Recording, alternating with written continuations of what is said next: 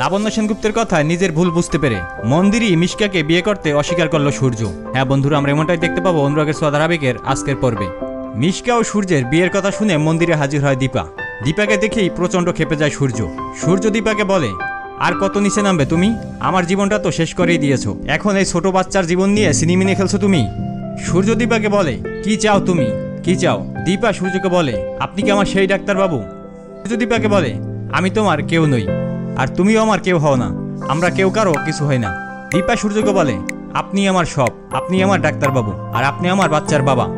সূর্য দীপাকে বলে, ও আমার মেয়ে নয়, তোমার কাছে কি প্রমাণ আছে ও আমার মেয়ে? দীপা সূর্যকে বলে, প্রমাণ দেব আমি, আর সে প্রমাণ আপনিই করে নেবেন। দীপা সূর্যকে বলে, আপনি তো খুব ভালো করেই জানেন কি করে প্রমাণ করতে হবে। দীপার এমন কথায় চমকে যায় মিশকা।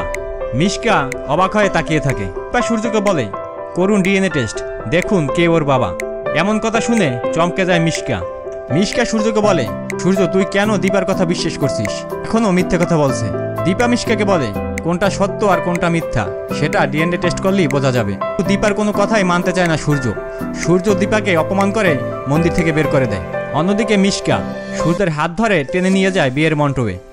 জয়, উর্মি ও দীপার মা সহ সবাই বিয়েকে টান্দ করতে না করলেও সূর্য বিয়ের আসরে বসে পড়ে। মিশকা ঠাকুরমশাইকে বলে, তো নিয়ম কানুন পালন করার কিছু নেই, আপনি সূর্যের হাতে সিঁদুরটা দিন, ও আমাকে সিঁদুরটা পরিয়ে দেখ।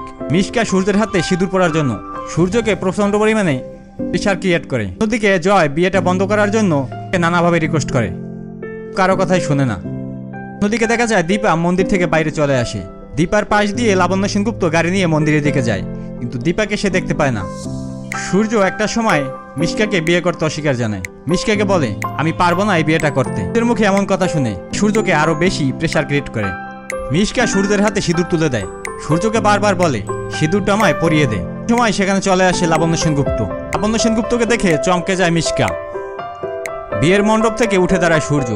সূর্য লাবণ্যের কাছে আসতেই লাবণ্য সেনগুপ্ত সূর্যকে অনেক রিকোয়েস্ট করে এবং অনেকভাবে বোঝায়। নিজের ভুলগুলো বুঝতে পারে সূর্য, এবং সূর্য তার মাকে কথা দেয় সে বিয়েটা করবে না। ওদিকে দেখা যায় দীপা রাস্তায় হাঁটতে হাঁটতে একটা সময় অজ্ঞান হয়ে পড়ে।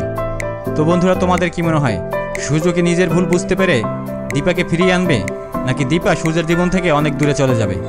কমেন্ট করে জানাও।